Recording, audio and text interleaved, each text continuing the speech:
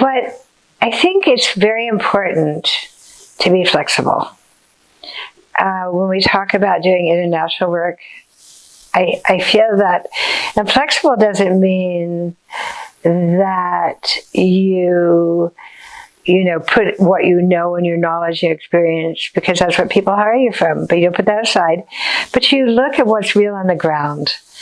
And I feel like one of the reasons that Sula has been so successful is we went to UC Davis. They gave us a list of varietals they thought would do well. They plummeted. They were horrible.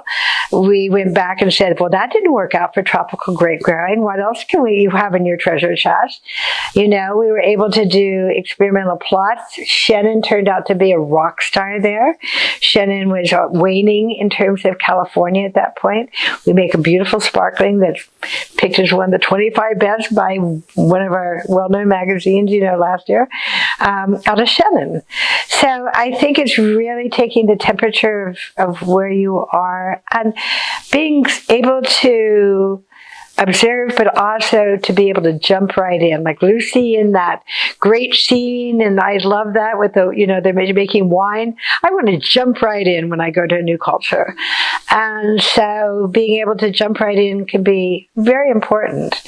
And you're constantly balancing your knowledge base, your experience with really what your client and what that environment and what the dreams and goals are of that community. And it was, India was probably one of the tougher ones.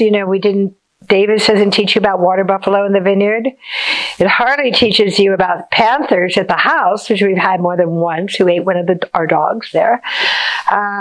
We have cobras in the vineyard, we have these shakers that shake the ground so the people who are picking the grapes, it chases the cobras away. And yet it's an incredibly sophisticated, lush, aesthetically beautiful winery. And again, not that I have a little Ganesh in the corner now and a little Shiva in my bathroom.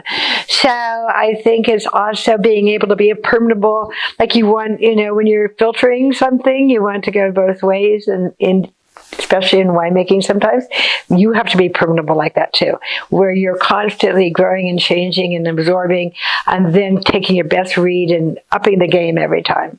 I think that's what we do.